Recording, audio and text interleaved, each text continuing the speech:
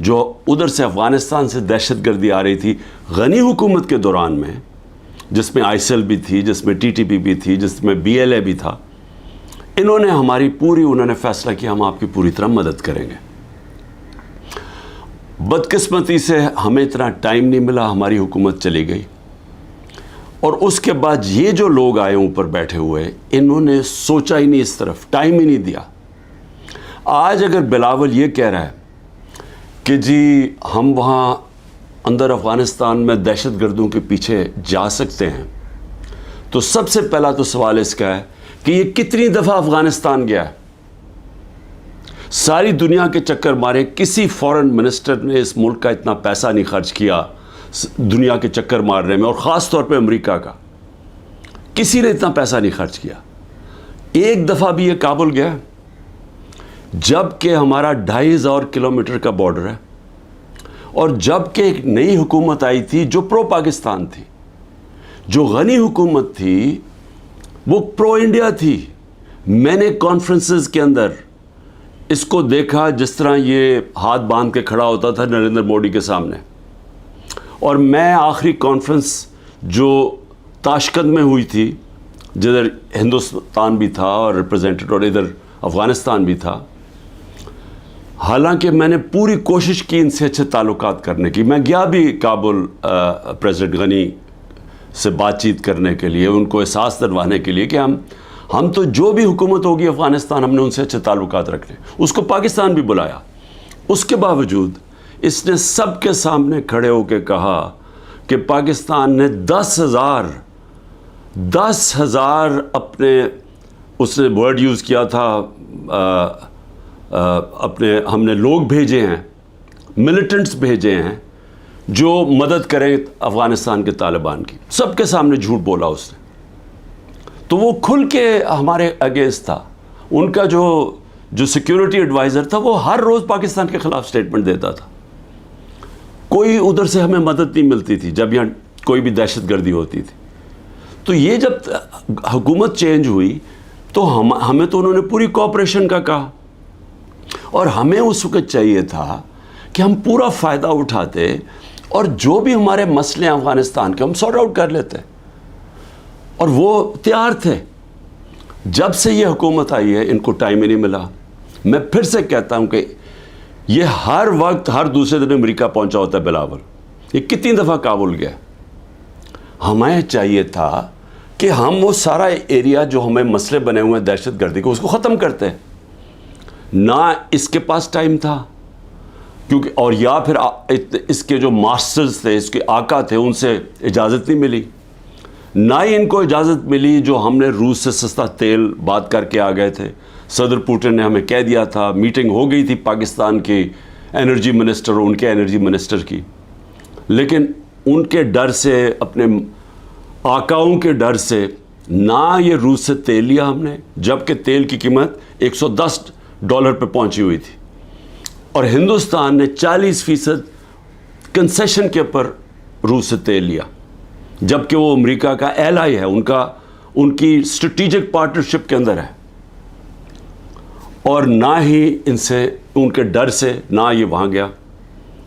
اس کا آج یہ نتیجہ کیا ہے؟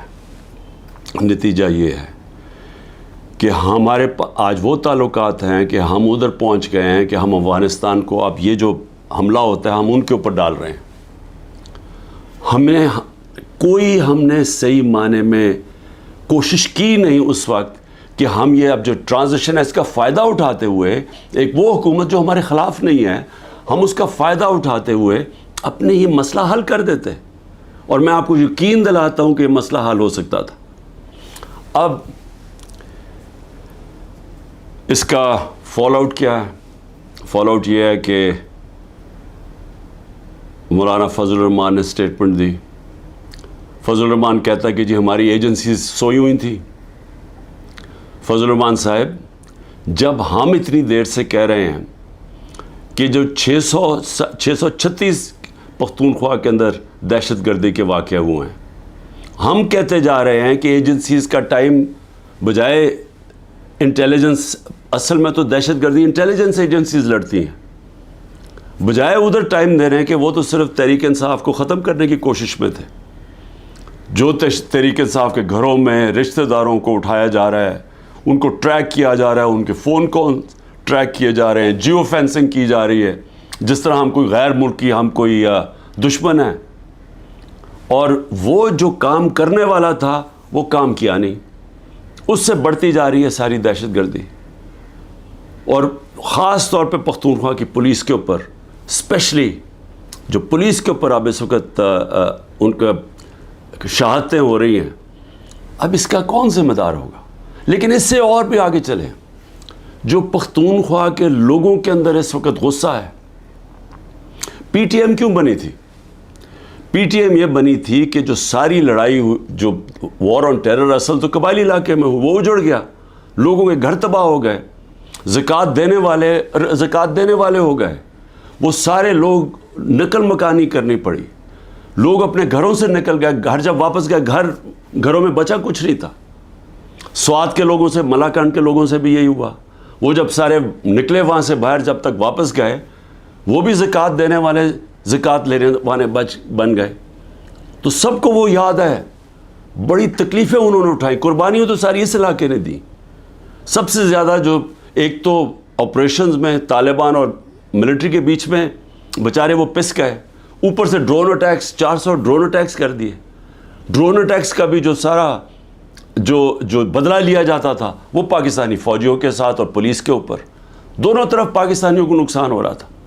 جبکہ حکمران ایک منہ سے آواز نہیں نکلتی تھی, کیونکہ امریکی نہ ناراض ہو جائیں کہ ڈرون اٹیکس کبھی ہوا ہی نہیں ہے دنیا میں کہ جس ملک آپ کا جس کے لیے جنگ لڑیں وہ آپ ہی کے اوپر حملہ کرے. تو مجھے خطرہ یہ ہے کہ اگر ہم نے اس کے اوپر جلدی سے قابو نہ پایا اور اسی طرح دہشت گردی بڑھتی گئی, تو وہاں جو پختونخوا کے لوگوں کے اندر میں غصہ دیکھ رہا ہوں یہ بڑھتا جائے گا. اور یہ میں کوئی ڈرانا نہیں چاہتا کسی کو, لیکن اگر یہی غصہ بڑھتا گیا اور یہ اس طرف چلا گیا جو آگئی جو دہشت گردی ہو رہی ہے اور وہ بڑھتی گئی, تو کیا پاکستان آج کل کے دور میں جب معاشی طور پہ ہم ویسے ہی ہمارا بدترین دور ہے, کیا ہم یہ دہشت گردی کا مقابلہ کر لیں گے؟ کیا یہ افورڈ کر سکتی ہے؟ اور کیا اس طرح کا فورن منسٹر اوپر بٹھا سکتے ہیں جو اس طرح کی پاگل پن والی سٹیٹمنٹس تھے, جو بجائے مسئلہ حل کرنے کے وہ اور مسئلہ گمبھیر کروا دے؟ تو مجھے آج اس کے اوپر خاص طور پہ مجھے یہ خوف سا آ رہا ہے کہ یہ چیزیں ہمارے ہاتھ سے نکل جائیں گی, کیونکہ جو اوپر بیٹھے ہوئے حکمران ان کی سوچ ہی کچھ اور ہے, اور سوچ تو ہمارے سامنے آئی گئی ہے. ایک تو آج شہباز شریف نے ایک اور الیکشن سے بھاگنے کے لیے ایک اور سینسس کا شوشہ چھوڑ دیا. بھئی مجھے یہ بتائیں کہ جب سے آپ آئے ہیں 15 مہینے پہلے, تو کیا تب آپ کو نہیں پتا تھا کہ الیکشن اکتوبر کے اندر ہونی ہے, نیشنل الیکشن, آپ کی ٹرم ختم ہونی ہے؟ تب آپ کو نہیں پتا تھا کہ یہ جو سینسس جو بھی ہم نے کرنا اس سے پہلے کریں؟ یہ ایک اور الیکشن بھاگنے کا انہوں نے راستہ نکال لیا. دوسرا, دونوں پختونخوا کے اندر اور پنجاب میں غیر آئینی حکومتیں چل رہی ہیں, کیئر ٹیکر. پہلے تو وہ کیئر ٹیکر ہے ہی نہیں, کیئر ٹیکر تو نیوٹرل ہوتی ہے, وہ تو انہوں نے اپنی یہ ایک نون لیگ چلا رہی ہے پنجاب, اور دوسرا وہ فضل الرحمان اور وہ ANP چلا رہی ہیں پختونخوا. یہ تو کیئر ٹیکر ہے ہی نہیں. اور ان دونوں صوبوں کے لوگ جو 70% پاکستانی ہیں, وہاں غیر آئینی لوگ بیٹھے ہوئے ہیں جن کی کوئی قانونی حیثیت نہیں ہے. اب یہ کوشش کر رہے ہیں کہ مزید اور یہ اوپر بیٹھے رہیں, اور یہ ایک شوشہ اس کا, اور یہ کہ جناب ہم سینسس کروانا چاہتے ہیں, سیکیورٹی کا بھی شوشہ بنا لیں گے. پنجاب کی 14 مئی کی الیکشن انہوں نے اس لیے نہیں کروائی, ہمارے پاس پیسے نہیں ہیں جی. پیسے MNAs کو رشوت دینے کے لیے بہت پیسے ہیں, لیکن ہمارے لیے پیسے نہیں ہیں الیکشن کروانے کے لیے, 20 ارب روپیہ نہیں تھا. اور اب جو مجھے نظر آ رہا ہے, یہ پھر کوشش کریں گے کہ کسی نہ کسی طرح اس سے نکلیں, اور لوگوں کو پھر یہ جو رد عمل آنا ہے اس کے لیے یہ تیاری کر رہے ہیں. کیونکہ ظاہر ہے ایک اگر لوگ بیچارے الیکشن کی انتظار کر رہے ہیں نا کہ ہمیں جو انہوں نے لوگوں کا معاشی قتل کیا ہے، یعنی ایسے معاشی حالات عوام کے اوپر تو آئے ہی نہیں ہیں. سارے جو معاشی انڈیکیٹرز ہیں وہ پاکستان کی تاریخ کے سب سے برے ہیں. بے روزگاری لے لو، انڈسٹری بند ہو رہی ہے. گروتھ ریٹ جب نیچے آتی ہے، مطلب جب آپ کی دولت میں اضافہ جو 6.1% سے اب جو 0 پہ آئی ہے، تو اس کا مطلب بے روزگاری تو بڑھنی ہے، دولت کم ہو رہی ہے ملک کی. اور اس کے علاوہ مہنگائی جس سطح پہ پہنچ گئی ہے تو لوگوں کے حالات تو سب کو پتہ ہے. اب لوگ الیکشن کا انتظار کر رہے ہیں. انہوں نے اب کیا کیا ہے؟ اب 2 قانون لے کے آ رہے ہیں. ایک ہے سیکریسی ایکٹ اور دوسرا ہے پریونشن آف ایکسٹریم وائلنس. وہ ایک میں ہی کیا کر رہے ہیں کہ آپ انٹیلیجنس ایجنسیز کو کسی مثلا میرے اوپر ایک فوج کے ادارے میں، انٹیلیجنس کے ادارے میں ایک آدمی میرے اوپر قتل کرنے کی کوشش کرتا ہے، جو مجھے پتہ اس نے کیا.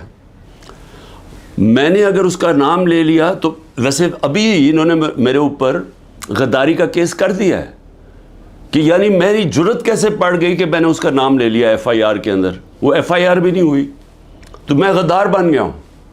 اب یہ ایک تو وہ کرنے جا رہے ہیں. دوسرا سیکریسی ایکٹ میں کہ جناب یہ کسی کے گھر میں بھی گھس جائیں گے انٹیلیجنس ایجنسی. ہمارے گھروں میں تو گھس ہی رہے ہیں. میرے گھر کے اوپر حملہ ہوا، دروازہ توڑ کے 40 لوگ اندر آ گئے، گھر میں جو چیزیں پڑی لوٹی، لوگوں کو مارا دھاڑا، اٹھا کے لے گئے خنسامے کو. وہ جو مالی تھا، 2-3 ورکرز، سب کو اٹھا کے لے گئے. تو وہ تو ہو ہی رہا ہے ہمارے گھروں پہ.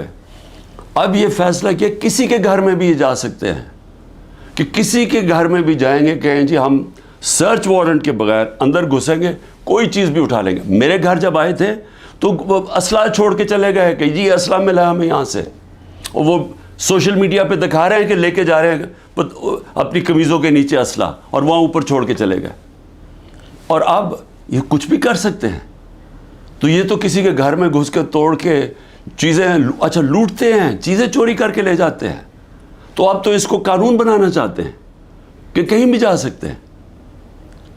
تو یہ جو جس طرف اب یہ لے کے جا رہے ہیں ملک کو، تو یہ تو سیدھی کہنے کہ جی آپ ہمارے غلام ہیں، ہم آئے اوپر آپ کے اوپر بیٹھنے آئے، آپ ہمارے غلام ہیں. ہم ایک آزاد ملک، آزادی تو ویسے ہی ختم کرتے جا رہے ہیں. تو اب تو یہ انگریزوں سے بھی زیادہ بدترین غلامی ہے، کیونکہ انگریزوں کے زمانے میں پھر بھی آپ 24 گھنٹے میں کسی کو عدالت میں پیش کرتے تھے جب اگر آپ نے کسی کو اٹھایا ہے. یہاں تو لوگ غائب ہو جاتے ہیں. عمران ریاض ابھی تک غائب ہے، اس کو کوئی 80 دن ہو گئے ہیں. کسی کو پکڑ سکتے ہیں. ہمارے کئی لوگوں کو اٹھایا ہوا ہے، کوئی وارنٹ نہیں ہوتی. کئی لوگوں کو اندر بند کیا ہوا ہے، ان کے ابھی تک FIR نہیں کی ان کے اوپر. تو یہاں تو کوئی قانون ہی نہیں ہے. تو یہ اب ایک غلامی کی طرف ہمیں لے کے جا رہے ہیں مکمل طور پہ کہ ہم اب ان کے غلام بن جائیں، جو منہ کھولے. اصل میں یہ ایک آزادی کے خلاف اب یہ قانون بنا رہے ہیں کہ آپ قانونی طور پہ ہمیں غلام بنا لیں کہ ہماری کوئی آواز نہ ہو، ہم کہیں نہ جا سکیں. تو میں اس پہ آخر میں صرف اپنی قوم کو یہ آج کہنا چاہتا تھا. دیکھیں، محرم کا مہینہ ہے. محرم میں ہمیں کیا سبق ملتا ہے؟ ہمیں محرم میں ایک ہی سبق ملتا ہے کہ رائے حق کے لیے، ظلم کے خلاف کھڑے ہونے کے لیے اگر ظالم کے سامنے کھڑے ہوتے ہوئے آپ کی جان بھی چلی جائے تو اس کی پرواہ نہیں ہونی چاہیے. آپ کو قربانی دینی چاہیے اپنی آزادی کے لیے، آزادی رائے کے لیے، آپ کو اپنے حقوق کے لیے، انصاف کے لیے. کیونکہ جب تک ایک قوم آزاد نہیں ہوتی، دنیا کی تاریخ میں اس کا کوئی مقام نہیں ہوتا. وہ میں بار بار آپ کو مولانا رومی کا وہ جو ان کی ایک کہات ہے کہ جب اللہ نے آپ کو پر دیے تو کیوں چونٹیوں کی طرح زمین پہ رینگ رہے ہو. غلام زمین پہ رینگتے ہیں، ان کی کوئی حیثیت نہیں ہوتی. 25 کروڑ کی آبادی ہے. آج مجھے بتائیں ہماری کیا حیثیت رہ گئی ہے؟ وہ جا کے بلاول بھٹو کتنی دفعہ امریکہ گیا ہے, پتہ نہیں کتنے ہمارے ڈالر خرچ کیے اس نے وہاں, اور جب نریندر مودی وہاں گیا تو اس کو ایسا انہوں نے جس طرح کا استقبال دیا. اور اس کے بعد بائیلیٹرل ٹاک تھی ان دونوں کے بیچ میں, امریکہ اور انڈیا. پاکستان کو انہوں نے دہشت گرد بنا دیا کہ جی دھمکی دی کہ دہشت گردی بند کرو. یہ حیثیت رہ گئی ہے. ہندوستان جاتا ہے بلاول بھٹو, جو ان کا فورن منسٹر اس کو ذلیل کرتا ہے. میں نے کبھی کسی کانفرنس میں ایک ہوسٹ ملک جو ہوسٹ کر رہا ہے, میں نے کبھی نہیں دیکھا اس طرح کی ذلت. تو کیا حیثیت رہ گئی ہے کہ یہ ہماری حیثیت ہے, کیونکہ غلاموں کی کیا حیثیت ہے. تو میں آج آپ سب کو یہ آج پیغام دینا چاہتا ہوں کہ میرے نبی صلی اللہ علیہ وسلم کے نواسے نے رائے حق کے لیے ایک ظالم کے سامنے اپنی قربانی دینے کے لیے وہ تیار ہو گئے, لیکن ظلم کے سامنے جھکنے سے انہوں نے منع کیا. انہوں نے کہا میں اس سے بہتر ہے, اور میں کہتا ہوں کہ غلامی سے بہتر ہے موت. اور صدیوں تک ہر وقت جب مسلمان ظلم کے سامنے کھڑا ہوتا تھا تو ان کو یاد آتا تھا کہ ہمارے نبی صلی اللہ علیہ وسلم کے نواسے نے ظالم کے سامنے سر نہیں جھکایا, سر کٹوا لیا. یہ میں آپ کو ایک جو برطانیہ کی تاریخ ہے اس میں سے ایک واقعہ بتا دوں. برطانیہ کا ایک ہنری اس کا نام تھا, جو ان کا بادشاہ تھا. اس کا بڑی قریب دوستی تھی ایک جج تھا سیمول بیکٹ. وہ جو جج تھا اس کو وہ بنا دیتا ہے چیف جسٹس بنا دیتا ہے. ایک کیس چاہتا ہے کہ بادشاہ کہ یہ تم میرے لیے فیصلہ کرو. اس کا اپنا دوست جو ان کا جو چیف جسٹس ہوتا ہے وہ کھڑا ہو جاتا ہے, کہتا ہے نہیں یہ ناانصافی ہے. وہ اس کو دھمکیاں دیتا ہے, ڈراتا ہے, دھمکاتا ہے, دوستی جتاتا ہے.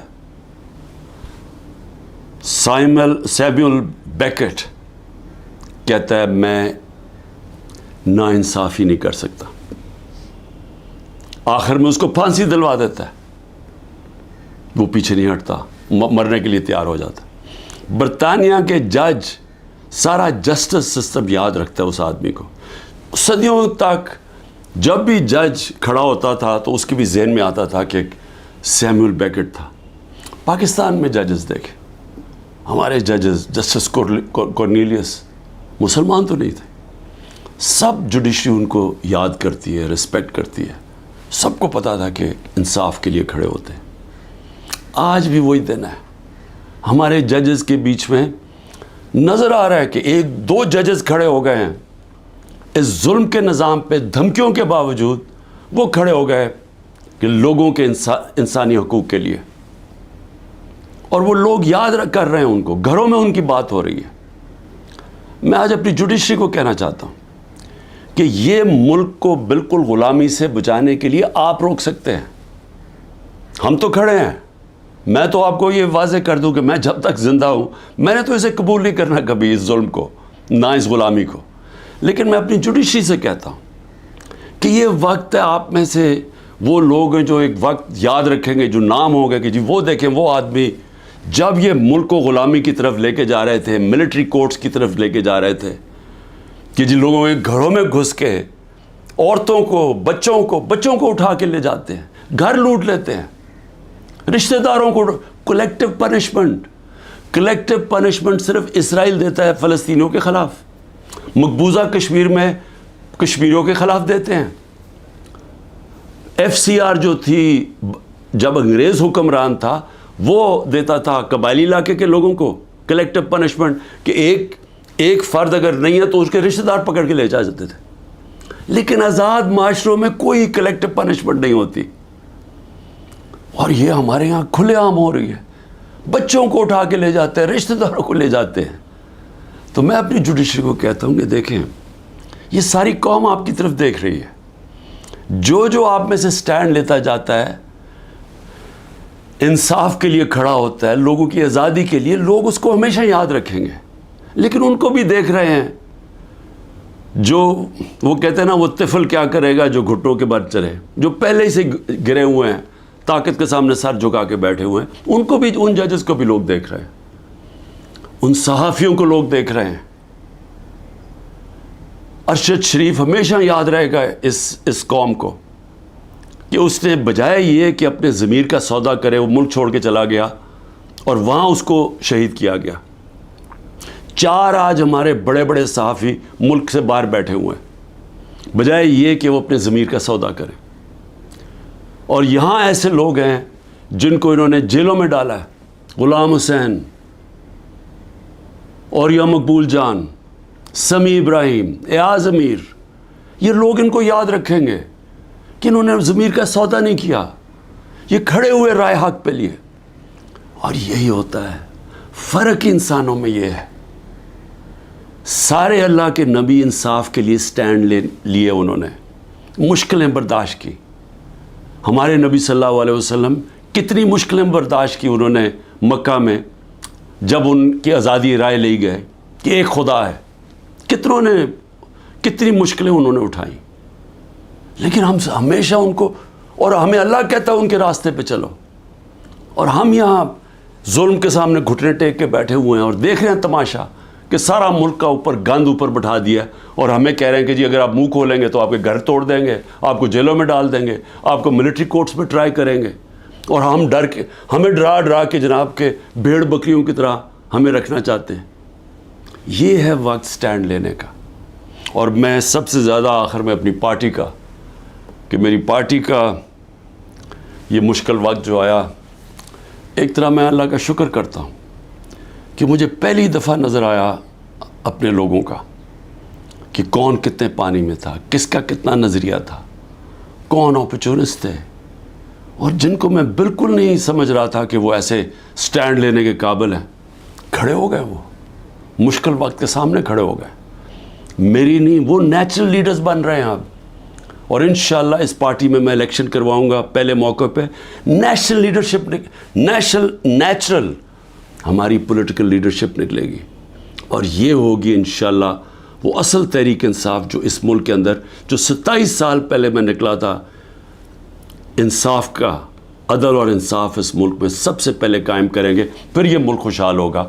وہ انشاءاللہ وہ لیڈرشپ نکل رہی ہے. پاکستان زندہ باد.